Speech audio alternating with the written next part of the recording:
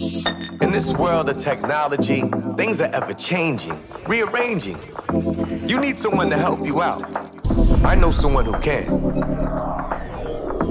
Come and take a journey with me as we go through the land of technology.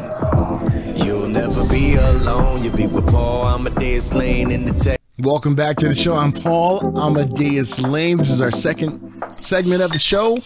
We hope you enjoyed the first segment as we talked about how more people now are searching online for advice and answers rather than going to that relative who will tell you that Kurt Russell was the young kid in Old Yeller. And he wasn't. Personal story. If you want to find out about that, make sure you check out the first segment of the show. And remember, if you're watching the show on YouTube right now, please like, share, comment. If you're listening to it via iHeartRadio, you want to like and share if you can, please. And don't forget our brand new apps in the iOS and the Android. Tech Zone Paul Amadeus Lane. Make sure you definitely download them and connect with me. We kind of talked about this in the beginning of the show. Multi-cloud strategies. Did you ever think there would be a time when we would see that type of solution when it comes to businesses? Well, look no further. The time has come, and the time is now. And my next guest is going to talk about why we're starting to see these trends and why his company decided to lead the way when it comes to multi-cloud solutions. And I'm so happy to have with me right now the CEO of Divvy Cloud, Brian Johnson. Brian, how you doing, my friend? Doing pretty well, man. How about yourself? Brian, I am doing fantastic, and I've been looking forward to this interview all show long because I love to geek out about cloud strategies and just the new trends that are happening. So Brian, why are we seeing a trend from single cloud strategies to now multi-cloud strategies? I never thought we would get to see this day. You know, it's funny. There's a lot of people who didn't think we'd see this day, so you're not alone. At the end of the day, when you think about how we used to run data centers 15, 20 years, whatever, I remember when I started my first job as a sysadmin, we had one fiber connection coming in from, I think it was Verizon or someone. And then some guy with a backhoe, 6 months later, sliced through our fiber cable and dropped our entire service. And so, shocker, we went and got a second provider to come in and be our backup. And so I think what we're seeing is, as people migrate from data centers into the cloud, we're relearning some of the same lessons we learned 15 years ago. Part of that is because the people who drove us into cloud aren't actually the IT organizations, oftentimes it's the engineering teams. And part of that is because the cloud providers themselves very much spent an incredible amount of money and time trying to convince us that one cloud provider is all we ever needed. And so we're relearning a lot of the lessons we learned before. The good news is that the providers out there are numerous and there are some really big players. And so they're making it easier and easier for us to do this. And Brian, as we talk about this, and maybe a viewer or a listener out there may not know just how huge of a shift this is. I mean, this is like major, not major. This is major. Indeed. No, it is. I mean, one of the things that's really fascinating is that you talk about these large organizations, pick conglomerate X, whatever company you want to think of, that has 200,000 employees or whatever, and they're thinking about taking their entire infrastructure and giving it to one provider to run. And interesting note, right? That one provider is run by Wall Street. It's not like it's a private company. And so, Amazon Web Services becomes the primary one everybody goes to. These large organizations take their entire infrastructure, their lifeblood. You think about these companies today, they're all technology firms. So they're taking their lifeblood and they're putting it into one provider. And we've already seen a couple of times now where you have that provider go down. And what's interesting is it's not usually a technology reason why it goes down. It's usually a people reason. People make mistakes. We're fallible. And so somebody cuts a fiber line, or somebody, I think the famous one was like last year, last year, I think somebody just ran a command and it literally dropped the entire service. So these things happen. And so at the end of the day, this shift is really meaningful for lots of reasons. I think it will solidify the move to public cloud. It makes it more reasonable for large organizations to make that shift if they know they don't have all their eggs in one basket.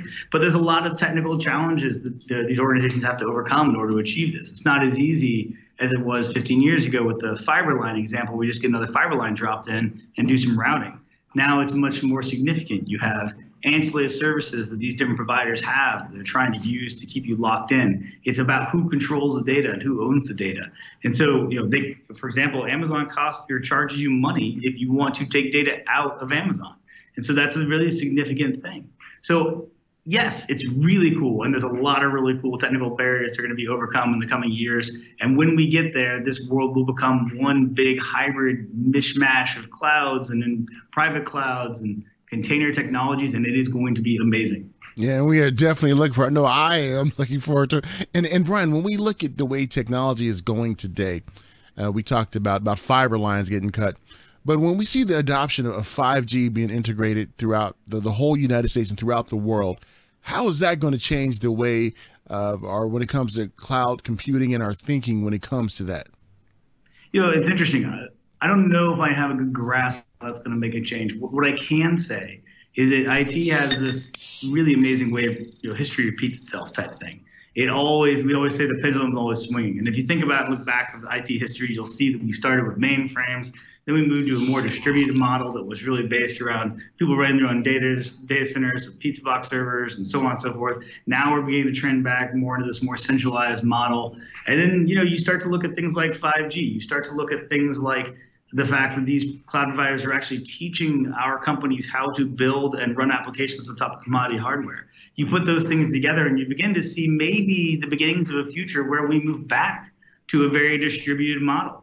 And we're utilizing the technology we're building today. We're just, everyone starts using them. You start to have their own companies running their own private clouds, and those private clouds are distributed around the world. And they just sort of begin to get decentralized all over again.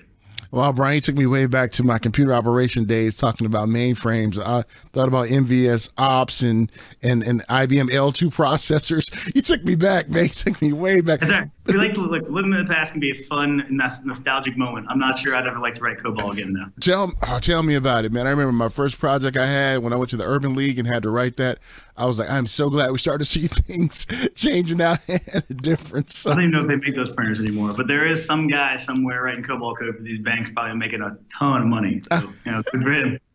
Tell me about it, my friend. So Brian, when we look at what your company is doing and just the case studies that you guys have conducted, and one that really just blew me away was the one with General Electric, because with GE we bring good things to life. So let's talk about that. Talk about that case study. Yeah, so General Electric is a really fascinating company, just generally because it's so big, and so when you see their scale, it's mind-numbing, and they have so many really smart people there, and we've had a great opportunity to work with very brilliant people, and quite frankly, when we started working with them really early on in our existence, we got to see what large enterprise organizations were going to be dealing with. GE was so far ahead of most of the market in terms of cloud adoption and what they were doing with it, and I do believe that that's going to pay off in the long run for them. But they were really far ahead, so they had to live a lot of pain before other people did. Some of the pain they had to deal with specifically had to deal with cost management, but also just the most rudimentary things like, hey, how do we identify where our resources are and what they're doing, who they belong to, and what cost code should they go under? Things that through the last 15 years of IT we've been solving, right? And whole software industries were built around solving some of these problems. And again, we're relearning the mistakes we made. We're figuring out new ways to deal with it. Electric was different. What I will say is because they got started earlier and in a bigger way, they were able to sort of pave the way for a lot of people out there. And so from that perspective, it's just incredibly fascinating. So, the case study we have them certainly focuses around our ability to reduce costs. It certainly focuses on the fact that everyone who's touching the cloud is spinning up resources and they're creating volumes with terabyte storage, and they're doing all this crazy stuff that's costing the organization money. But nobody was really paying attention, right? If you sort of rewind ourselves back to the data center days, right? if you wanted storage, if you wanted a server, you had to send an email to the IT person and say, hey, look, I need a server. I need storage. I need whatever it is that I need to complete my engineering project. I've got deadlines, and I got a producer. I've got a manager who's on me to finish this project, and I need a server to test my code. Oh, by the way, I need it in Japan. Right? There's just all these things need to go through the IT gateway. Well, that meant IT was approving everything, but it also meant they knew about everything. So there would be a spreadsheet in some cases, or even a much more complex inventory management system that would inform IT, it would inform security, it would be their central source of truth about where things are, who they belong to, what's running on them, all these different questions. Now let's fast forward to where we are today. Where we are today is that engineers, DevOps organizations who are paving the way and creating all these amazing innovative techniques for deploying software are also the ones who are touching the cloud directly. And IT and security are no longer the gatekeepers. And so, these developers go in, they spin up, 100 servers to do some load testing. They spin up servers outside the United States to do some latency testing. They leverage all sorts of ancillary services like RDS to spin up databases very quickly, and then they forget about them, or they don't shut them down, or for whatever reason, they leave them open to the world because they're at a Starbucks and they want to be able to connect in from the local Starbucks and they don't know their IP address. Any number of reasons why they might, in their brains, be able to justify what they're doing, and they're legitimate things. But if you look at it from an IT organization perspective, these can be massive security risks. These can be massive cost risks. And so from that perspective, General Electric really took the forefront in doing automation and say, we are going to automate this problem away. We are going to build these bots. We're going to build out our automation strategy around enforcing guardrails around our engineers so that they can have the access they need while IT and security regain some of the control they had before. Because that control, it's a pain, I understand, but it is important. And so at the end of the day, it's about finding a new way for these new worlds to merge and live in harmony together, right? So us living with animals, right? You just got to find a way to get together and make this all work. And because there are no other options. The other options are companies outspend money and then IT eventually locks everything down. We move back to the data centers and we lose the innovation we gained. The alternative is you let DevOps go wild, you let engineers go wild, and all of a sudden you have security breaches like we see every day, which, by the way, for our companies like kid in a candy store, every day I wake up and see another S3 bucket vulnerability. So it's a process we're going through as an industry. General Electric led the way in that process. And they got to see what that looked like at scale. And now there's a lot of companies who are going to benefit from that sort of innovation they built. And that's awesome. And Brian, when we look at you being the CEO and also the co-founder of the company, what made you guys want to create the company? Was it a need that you saw personally in your endeavors working in tech, or was it something that a close friend, a need that they had that you said, I think we can figure this out? What kind of led you, the series of events that led you guys to create the company? It's actually very similar to the story I just described. When my co-founder and I were working for Electronic Arts, we used to make really large online games, massive multiplayer online games like Star Wars: The Old Republic and Warhammer Online, Ultima Online, this kind of stuff. And these were very server-intensive games. Well, hold on 1 minute, Brian. I'm geeking out right now. Wait a minute. Yeah, sure. You worked on that project, Star Wars, Knights of the Old Republic. You worked on that?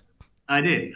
Man, I'm geeking out. That's one of my favorite online games, man. So I'm geeking out right now. Okay, I'll get back. Go ahead. I didn't mean to cut you off. Go ahead. And so I used to work for BioWare and oversee some of the online games we did. In that particular project, I was a technical director, but in other projects for Dark Ages of Camelot, for example, is an older MMO, was one of the first MMOs that we moved from data centers into public cloud. We used AWS, 2011. And when we made that transition over, things didn't go quite as smoothly as we expected them to. And so what ended up happening is we had to redivert our resources to focus in on that migration. That game was still making a ton of money for us. So we needed to make sure that migration went smoothly. So that meant taking all the ops guys we had dedicated to our future products and bringing them all back in and saying, look, we got to get this migration done. And so as a result, the new games that were going to be cloud native sort of got starved for attention from the IT folk. And that meant the engineers needed to continue to move forward anyways. So we just gave them an Amazon account. We're like, here, go down, do your thing. And that led to some really cool things. It led to a lot of really great CI/CD innovation. It led to a lot of really interesting things they did we knew had never thought to have done, and leveraging scripting and that kind of stuff. On the other hand, it led to basically a security rat nest. I mean, it costs just black pit. So at the end of the day, we saw that and said, this cultural change we see inside of cloud, where engineers and DevOps are really the ones leading the way with innovation. We need to find a way to allow them to continue to do that while still enabling IT and security and governance compliance to be enforced. It's important for enterprise organizations. If companies don't know where they're spending their money, they can't be companies. So at the end of the day, this is actually a really important thing to go solve. So my co-founder and I looked at each other and said, look, I don't know if we know exactly how we're going to solve this problem, but we're going to go ahead and quit our jobs and go try and tackle this mountain and see what happens.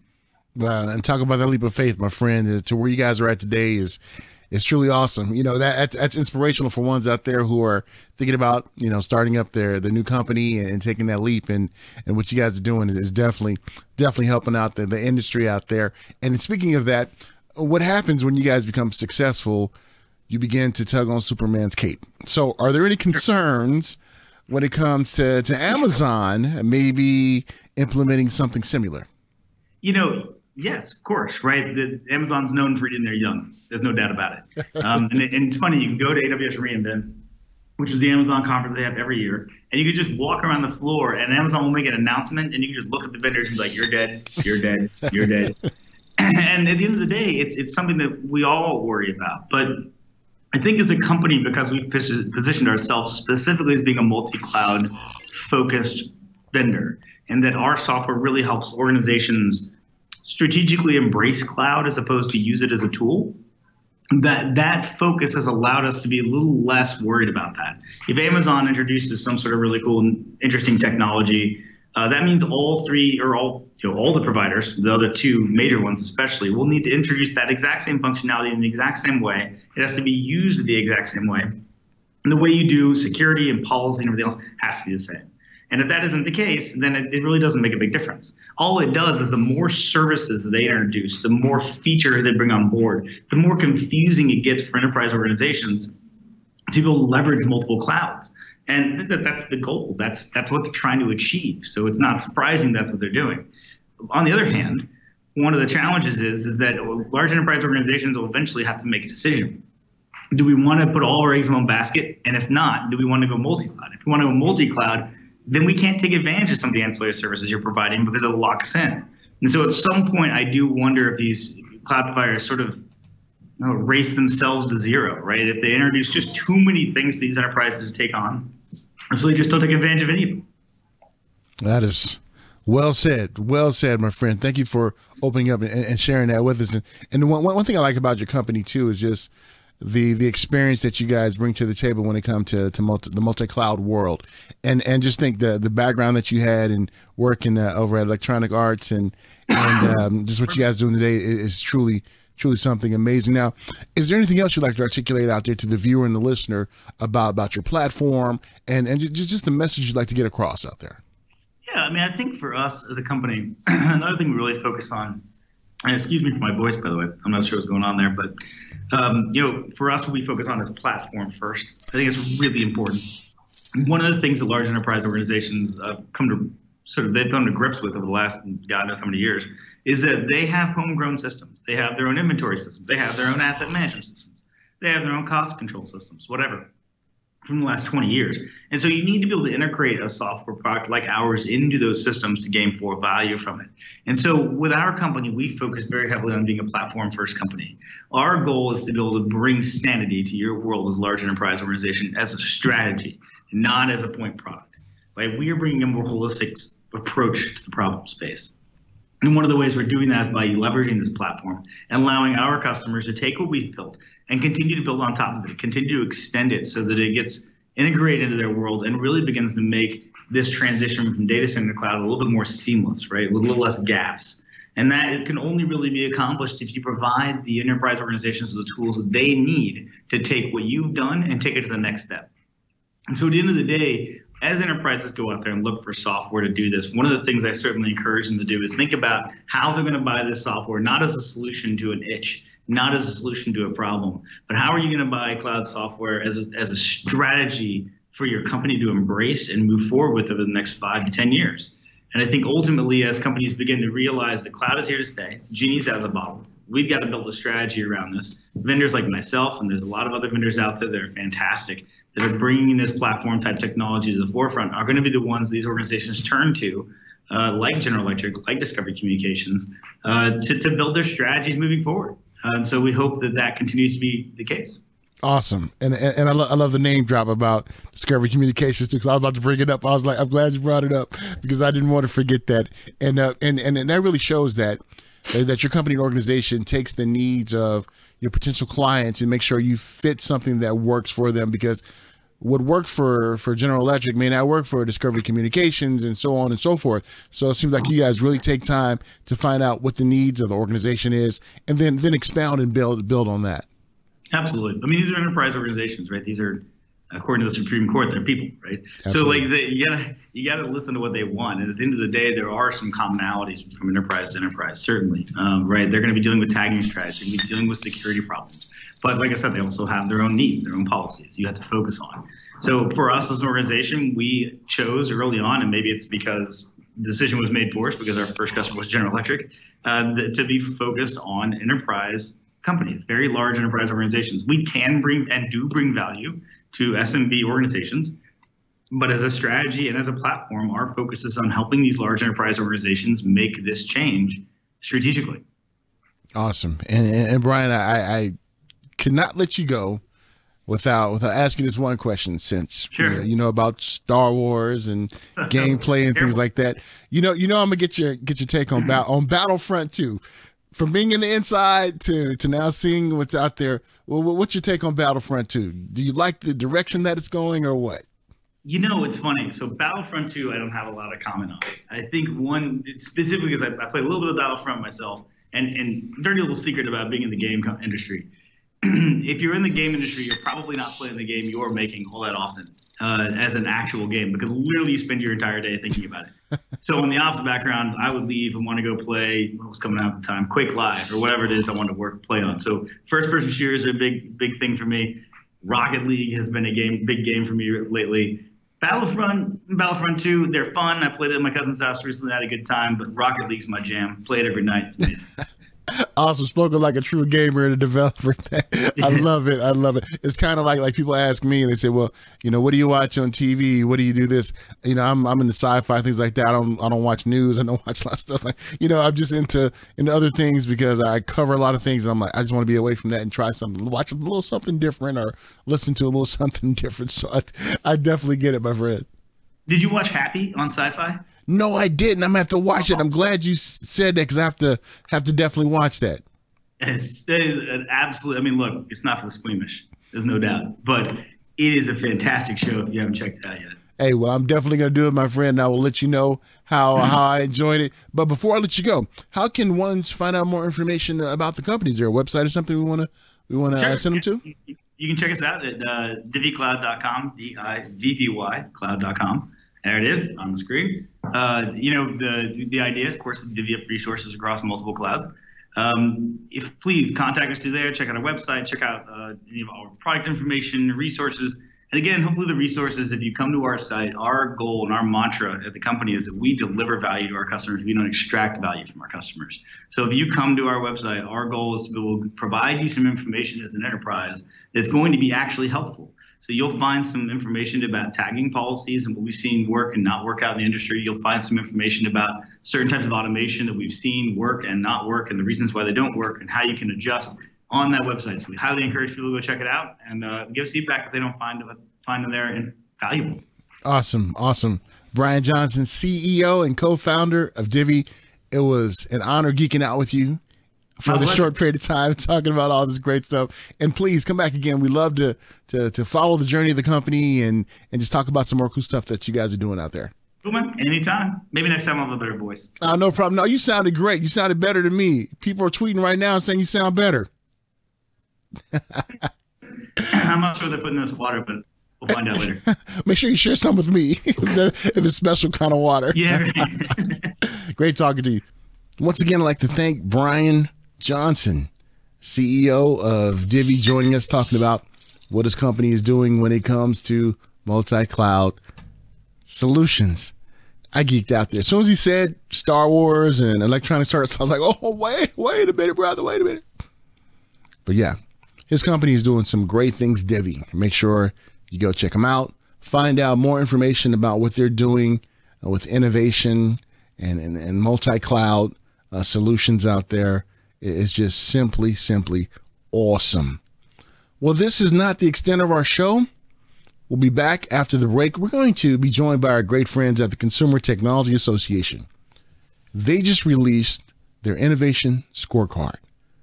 And there's one country, in particular, that no one thought would be there. I know I didn't. But we're going to find out why that country was there. I almost did it again. Why that country was there, and some of the things that made them get on the list or be noticed by the Consumer Technology Association, becoming an innovation champion. We'll be back. More show and more stammering. I need some water. My mouth is dry. Sean, give me something with what Brian had in his cup. Maybe that'll help me out. We'll be right back after these messages on the Tech Zone. In this world of technology, things are ever changing, rearranging. You need someone to help you out. I know someone who can. Come and take a journey with me as we go through the land of technology. You'll never be alone. You'll be with Paul Amadeus Lane in the Tech Zone.